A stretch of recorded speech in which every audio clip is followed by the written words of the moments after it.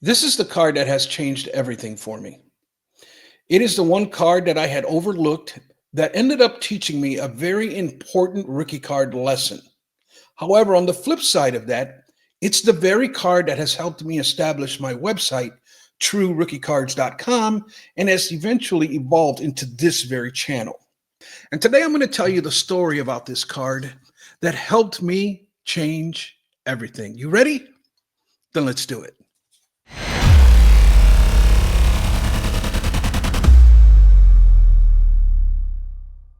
Well, hey, hello and welcome, rookie card collecting friends. Welcome back to the channel. And as you may or may not know, but I've been sifting through my collection, looking what cards that I can let go as I have certain plans for a future hobby purchase. But as I was thumbing through the collection, I came across this card and it brought a smile to my face because it really triggered a memory that I wanted to share. I wanted to put it on video because it's that meaningful to me, anyways. But this card does not have much monetary value, but it's a card that has a story in my history. So it started out as I came back to the hobby in 2014.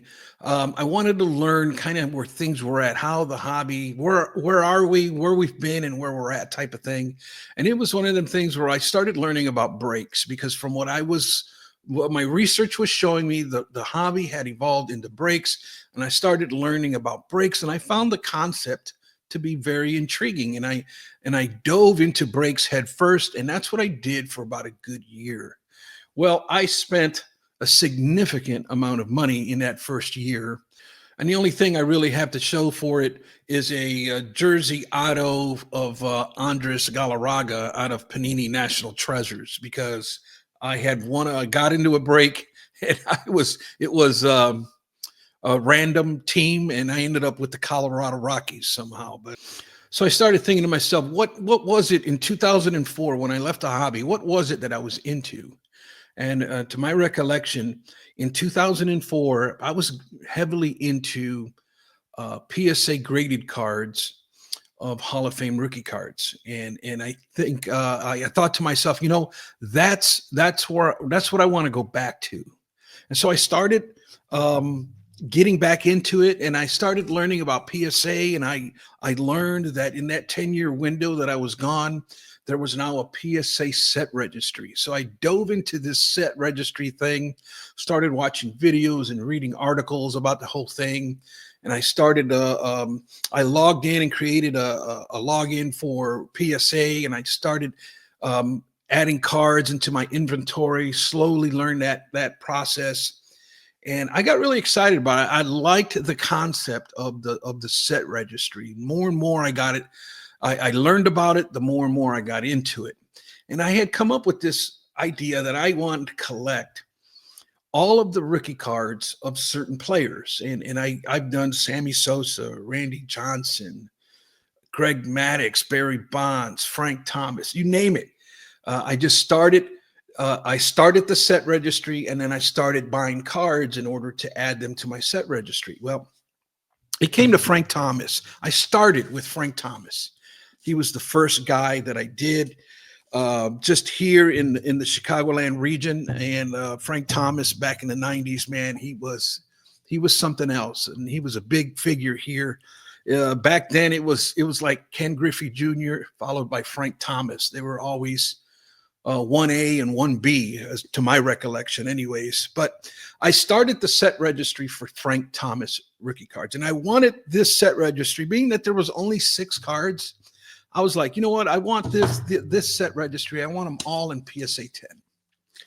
And I started shopping. I got on eBay and I started purchasing Frank Thomas rookie cards as quick as I can, right? And I started to I had a good stack of them already, maybe 4 or 5 of them already. And I said, you know what?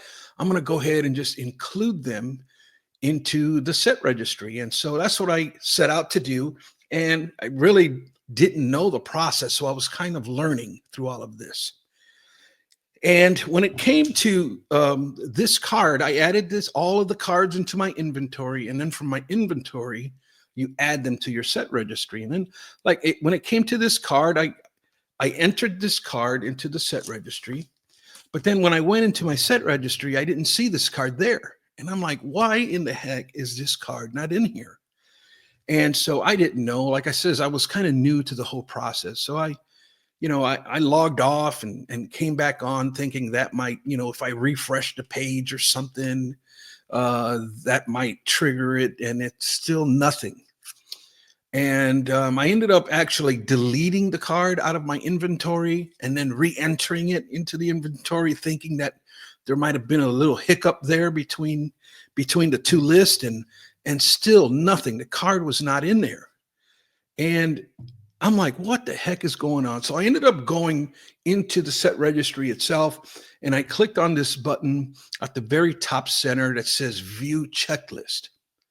So I clicked on View Checklist, and I looked at the 6 cards again, but the 1990 score traded Frank Thomas wasn't in the list. And I'm like, why the heck would this card not? It's a 1990 score traded. Why isn't it on the list? And so perplexed, I ended up trying to figure out why this card wasn't on there, and I couldn't find nothing. And I finally emailed PSA. And I was looking for that email, but back in 2015, I don't believe I was using Gmail yet. But I ended up emailing PSA, and they responded back to me. And they basically told me that they don't know why that card isn't under. What they know is that they follow whatever Beckett publication says is a rookie card. That's the list that they build for the set registry.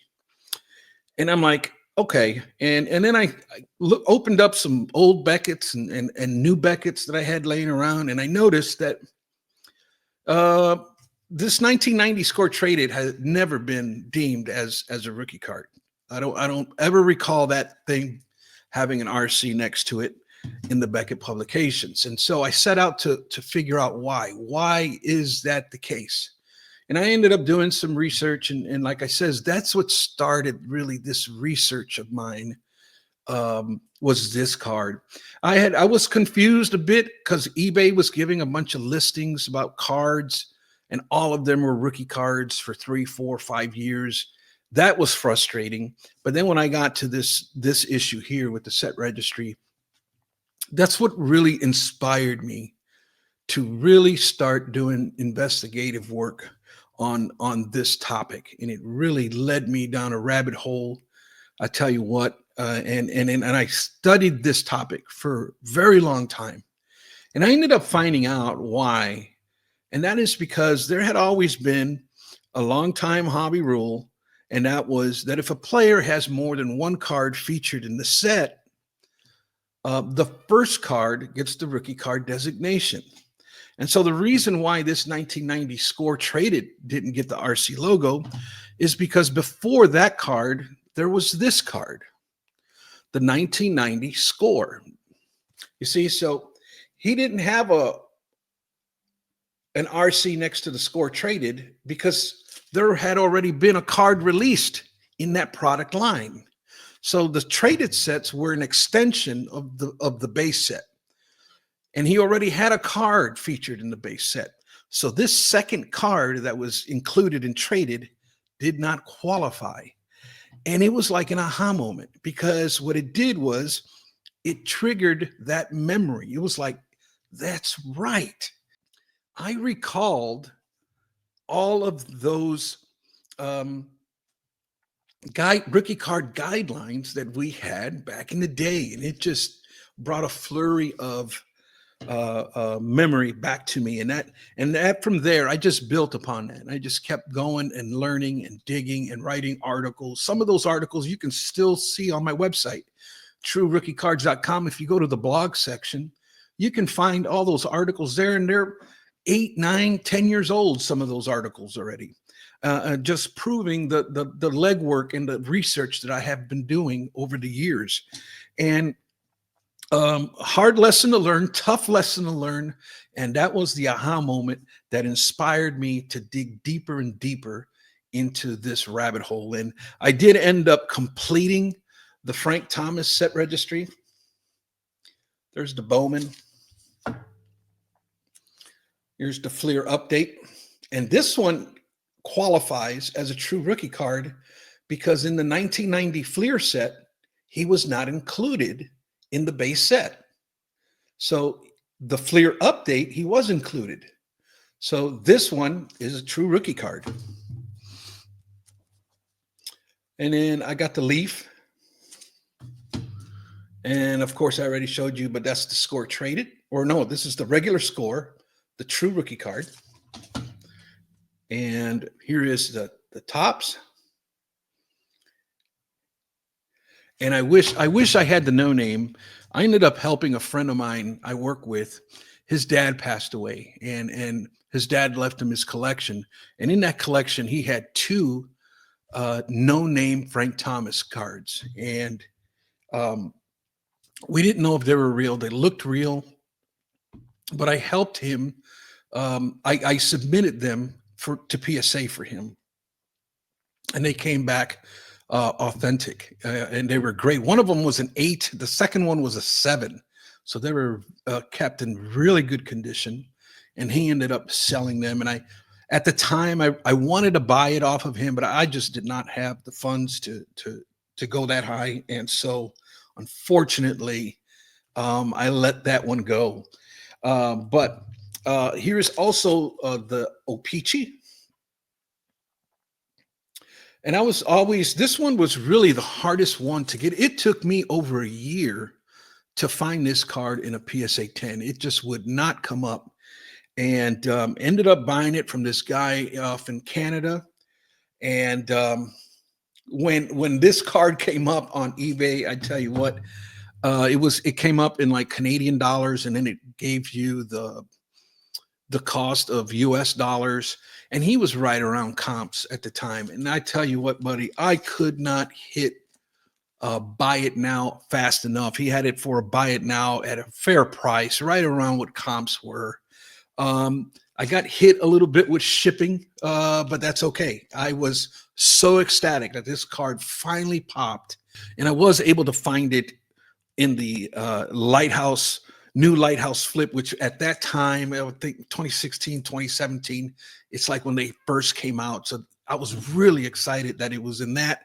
And I tell you what, when I was able to get this card and include this final card into the set registry to make the set registry complete, I tell you what, there was no greater hobby accomplishment I had ever experienced in my life than that moment. And that's the danger of the PSA set registry, is that you work on it and work on it for so long, and you slowly piece this puzzle together.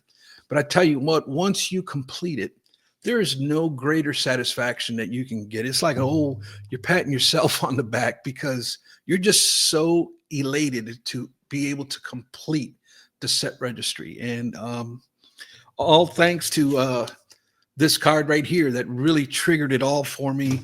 And I ended up, it's the only set registry that I really ranked number one. And in 2022, PSA sent me over this pin. And even to this day, if you look up that set registry, I have a little star next to it, indicating that I'm number one on that set registry. It's the only set registry that I'm number one on. But yeah, that is, and that's really been like my area of passion, is in the set registries. But I like to collect the rookie card runs of all my favorite players that I grew up watching. As I mentioned, the baseball players earlier.